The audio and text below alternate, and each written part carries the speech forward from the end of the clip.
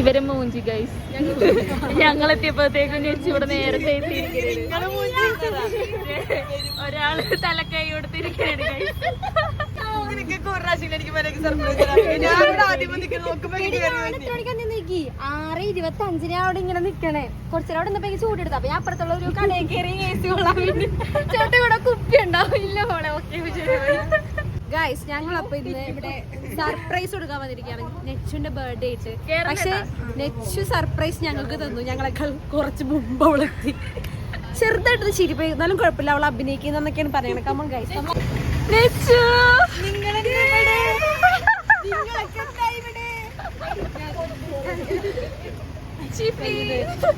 ഞങ്ങളിവിടെ ഉണ്ടായി.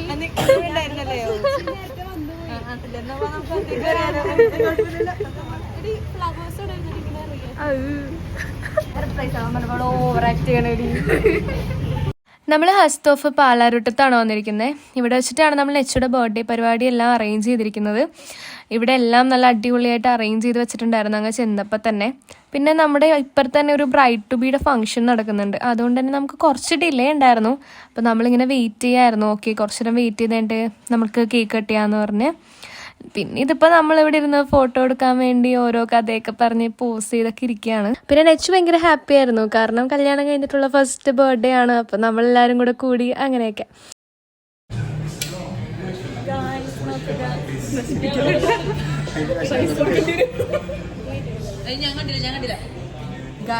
എന്റെ ബർത്ത്ഡേ ആണ്. എനിക്ക് സർപ്രൈസ് എന്നാണ് വീട്ടില്ല. എല്ലാ പ്രാവശ്യത്തെ പോലെ പാളിപ്പോയി. ഞാൻ എന്തിനും മൂന്ന് നോക്കും. എന്ത് പറയാനാണ് ഗൈസ്? ഒരു മാറ്റമില്ല ഗൈസ്, പണ്ടത്തെ പോലെ തന്നെ. തൊട്ടപ്പുറത്തെ ബ്രൈറ്റ് ഇവിടെ പരിപാടിയൊക്കെ കഴിഞ്ഞു. നെക്സ്റ്റ് നമ്മുടെ ബർത്ത്ഡേ പരിപാടീസൊക്കെ സ്റ്റാർട്ട് ചെയ്യാൻ പോണേണ്. അതിൻ്റെ ഇടയിൽ പഴയ കോളേജിലെ കാര്യങ്ങളും ട്രിപ്പിൻ്റെ കാര്യങ്ങളൊക്കെ ആയിട്ട് കുട്ടി ടോക്സ് നടന്നുകൊണ്ടിരിക്കണായിരുന്നു. അതുകൂടാതെ നമ്മുടെ ഇടയിൽ ഒരാളുടെ എൻഗേജ്മെൻറ്റ് ഈ അടുത്ത് വരാൻ പോകുന്നുണ്ട്. അപ്പോൾ കൂട്ടത്തിൽ ഒട്ടും ആർഭാടില്ലാത്ത ഒരാളായതുകൊണ്ട് തന്നെ അയാളുടെ ഡ്രസ്സിങ്ങിൻ്റെയും ഓർണമെൻറ്റ്സിൻ്റെയും ഒരു വലിയ ഡിസ്കഷൻ തന്നെ അവിടെ നടന്നുകൊണ്ടിരിക്കണായിരുന്നു. അപ്പം നിങ്ങൾക്ക് അയാളെ ഗസ് ചെയ്യാൻ പറ്റുമെന്നുണ്ടെങ്കിൽ കമൻറ്റ് ബോക്സിൽ മെൻഷൻ ചെയ്തോ. ഇപ്പോൾ വന്നത് നെച്ചുവിൻ്റെ ഉമ്മയും ഇക്കാക്കയായിരുന്നു. അത് ശരിക്കും നെച്ചുവിനൊരു സർപ്രൈസ് ആയിരുന്നു. അതെങ്കിലും ഒന്ന് നെച്ചുവിന് സർപ്രൈസ് ആയല്ലോ എന്ന് പറഞ്ഞാണ് നമ്മളിരുന്നത്. എന്നാലും ഒരു സർപ്രൈസ് എലമെൻ്റ് ആയിട്ട് നമ്മൾ ഈ കേക്കിൻ്റെ അടിയിൽ നിന്ന് സ്മോക്ക് വരുന്നത് നമ്മൾ പ്ലാൻ ചെയ്തിട്ടുണ്ടായിരുന്നു.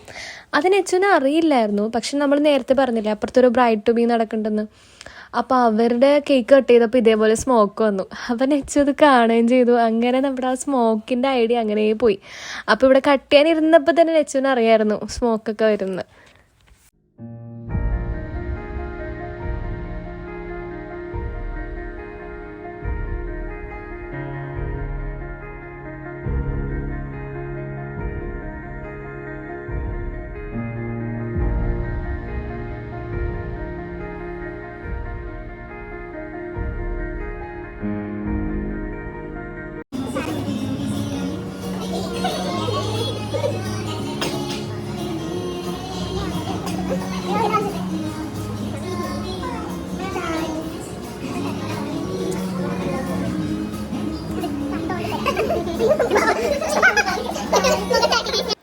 ഐഫ കേക്ക് കിട്ടിയ സന്തോഷത്തിൽ മാറിയിരുന്ന് കഴിക്കണേണ്ടാ.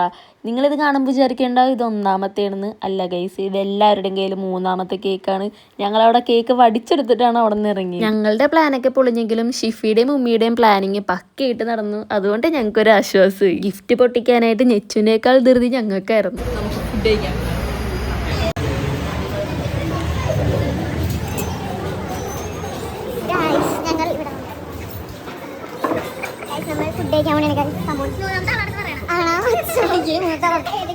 ഞങ്ങൾ ഇങ്ങനെയാണ് എല്ലാവരും ഒരേപോലെ നമുക്ക് മുകളിലേക്ക് വരാം. മുകളിലാണ് നമുക്ക് ഫുഡ് കഴിക്കേണ്ട.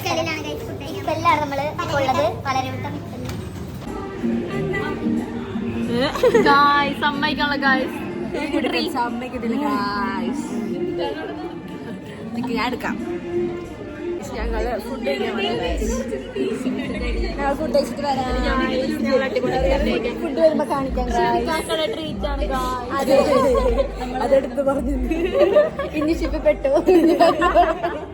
ഷിപ്പിക്ക് എന്താണ് ഇതിനെ പറ്റി പറയാനുള്ളത്?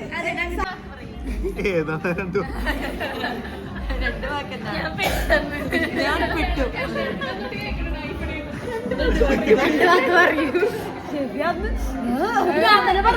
രണ്ട് വാക്ക് ഇങ്ങനെ പറ.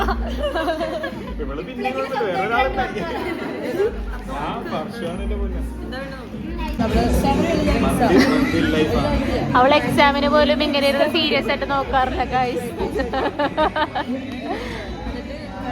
പഠിക്കുന്നുണ്ട് ഗൈസ്. എന്താണ് ഈ തീരുമാനിച്ചത് പറയൂ. ആലോചിക്കാൻ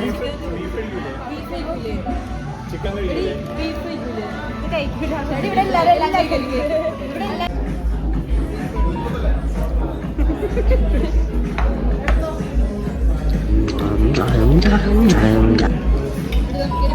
കണ്ടോ വലിയ പണക്കാരാന്ന് തോന്നുന്നു. എന്തൊരു തീറ്റ അതിന്. അയ്യോ ഭയങ്കരം തന്നെ.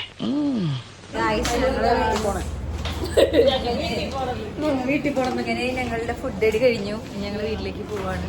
ഇനി നമുക്ക് ഇതുപോലൊരു കൂടുതൽ ഐഫോൺ എൻഗേജ്മെന്റ്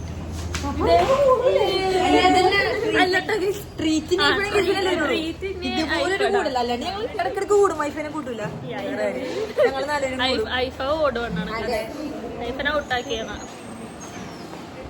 ഞങ്ങള് ഫുഡെല്ലാം കഴിച്ചു. ഷെഫിക്കാക്കന്റെ ട്രീറ്റ് ആയിരുന്നു ഗായ്സ്. എന്താ പറയാനുള്ള ബർത്ത്ഡേ ഇത്രയും നല്ലൊരു ബർത്ത്ഡേ എനിക്ക് ഇതുവരെ കിട്ടിയിട്ടില്ല. എല്ലാ വർഷവും ഇതുപോലെ ഇതിലൊക്കെ ചെയ്യും. എല്ലാ വർഷവും പാളിപ്പോവും. അതുപോലെ ഇപ്രാവശ്യം ചെറുതായിട്ടൊക്കെ കാര്യമായ പാളിച്ചൊന്നും ഉണ്ടായില്ലല്ലോ. കാര്യമായിട്ട് പാളിയിട്ടില്ല കേട്ടോ. അത് വീഡിയോകളൊന്നും മനസ്സിലാവും. പരിപാടികളൊക്കെ കഴിഞ്ഞു. ഉറപ്പായിട്ടും അടുത്ത വ്ളോഗില് അടുത്തൊരു എക്സൈറ്റിംഗ് വ്ളോഗായിട്ട് നമ്മൾ ഒരുപാട് ഉറപ്പായിട്ടും വരുന്നതായിരിക്കും ഗൈസ്. അപ്പോൾ അതുവരെ stay tune to our channel. നിങ്ങൾക്ക് ഇഷ്ടപ്പെട്ടാൽ ലൈക്ക് ചെയ്യണം, ഷെയർ ചെയ്യണം, സബ്സ്ക്രൈബ് ചെയ്യണം. അപ്പോൾ എല്ലാവർക്കും ഉറപ്പായിട്ട് അടുത്ത വ്ളോഗിൽ ഞങ്ങൾ കുറച്ചുകൂടെ പവർഫുൾ ആയിട്ടുള്ള വീഡിയോസ് ഒക്കെ വരും. അതുവരെ